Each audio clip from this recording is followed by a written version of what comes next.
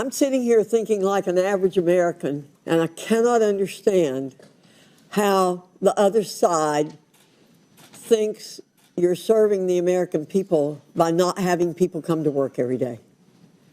The American people don't understand that. They go to work every day. Why is it that the federal workforce is not required to go to their office and do their jobs? And for them to defend that is really mind-boggling. Mr. O'Malley, you're an ambitious man with a long career in elected and appointed positions. I need one-word answers from you. In those positions, who were you accountable to? Constituents, taxpayers, the president, the American people? The American people, or the people of Baltimore, or the people of Maryland. It's a republic. Well, that's what we want you to continue to do. But in November, the November 2024 agreement between SSA and the American Federation of Government Employees that you signed allows 98% of SSA employees to telework. Can you explain how you justified signing the agreement that will result in not even meeting the low bar of 50% that President Biden set out for people to come to work?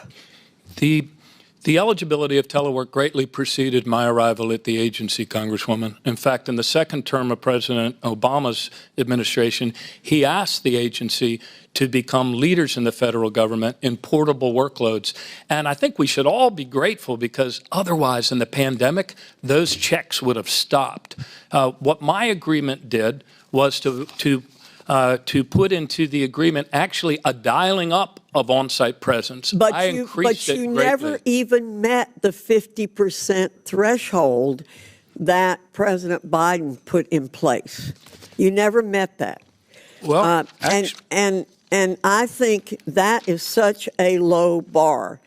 I just don't think that this agreement that you signed serves the best interests of the taxpayers who pay for the Social Security Administration, or the American people who expect their government to show up and be able to provide good service. So I think it's an abomination that you would sign an agreement to let 98% of the people in the administration stay at home and work. That's not what I did, Congresswoman. Well, that's not what I did. 98% were eligible for telework, but I required all of the headquarters folks and the regionals and the areas to be there 3 days a week. And ever since the pandemic ended, those field offices in each of your districts have been open 5 days a week. Ever since vaccines were available, 5 days a week. Thank you very much. Well, Republicans are now attacking telework. That's right. Work from home. That was Republican Congresswoman Virginia Foxx calling it an abomination that these people are working at home. And then the Commissioner O'Malley, was like, no, dude, they're qualified to work at home, but most of them aren't working at home. That's just not the truth. And the truth is, there's actually good reasons why people should work at home. These people want to do their jobs. They want to do their jobs well and efficiently, but every 3 weeks, we come out here and we attack what we already know is an efficient way to work. And why do we know that?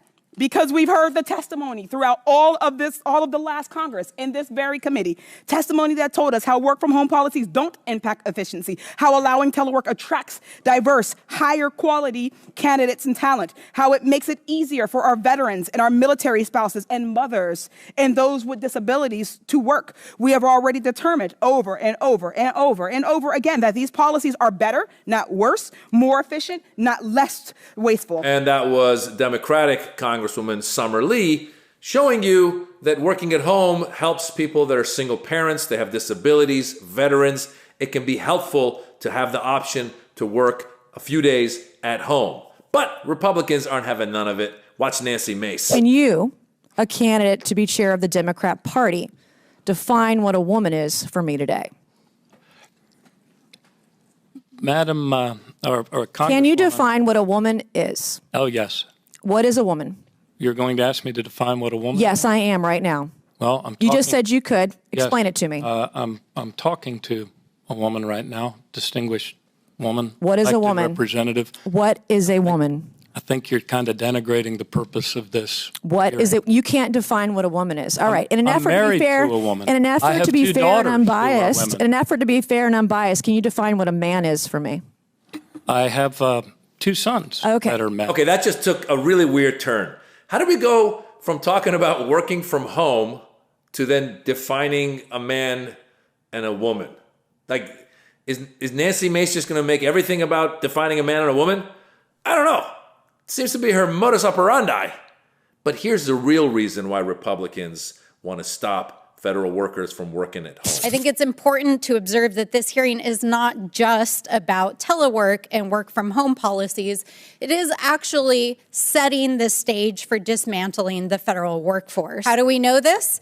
Because the co-chairs of the DOGE task force, Elon Musk and Vivek Ramaswamy, have been very open about telework ending as a way to get thousands of federal employees to leave. In fact, right after the election in November, they published a thought piece in the Wall Street Journal, which stated that telework would result in voluntary terminations of federal workers. Aha!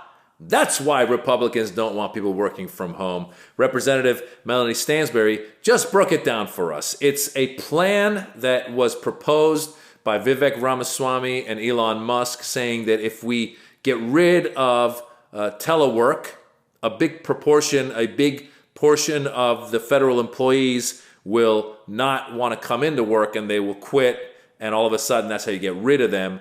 And this starts sounding a little bit like, remember Project 2025? You guys remember that one?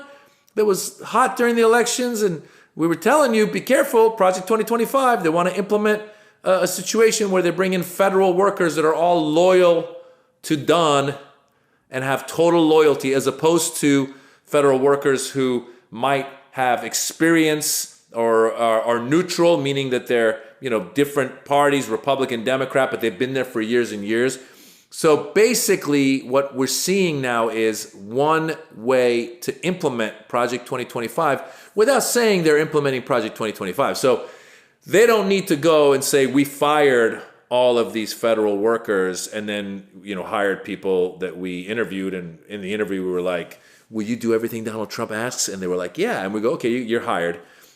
Do you have any experience for this position? No. Well, you're still hired because you'll do whatever Donald Trump says you wants you to do. So they want loyalty. They don't want experience. And so they found this runaround to say, let's get rid of telework. And you saw that first congresswoman there, Congresswoman Foxx, who, by the way, who gives these people their information? Like, don't they have a staff? Shouldn't someone in the staff had said, look, 98% qualify for telework, but 98% are not doing telework? Can you imagine if 98% of employees of any company, much less the federal government, were all doing telework? It would be COVID, but it wouldn't be today.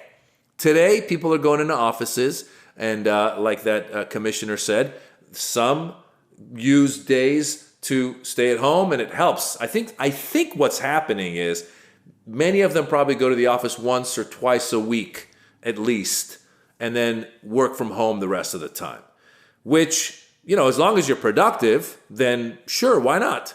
But Republicans have now seized an opportunity to say in the Oversight Committee, to say, look, we don't want these people doing telework, and therefore we should definitely get rid of those employees who are doing telework, which then would just play into the plans of Project 2025 and finding loyalists to be in the Trump administration. It's very plain and simple.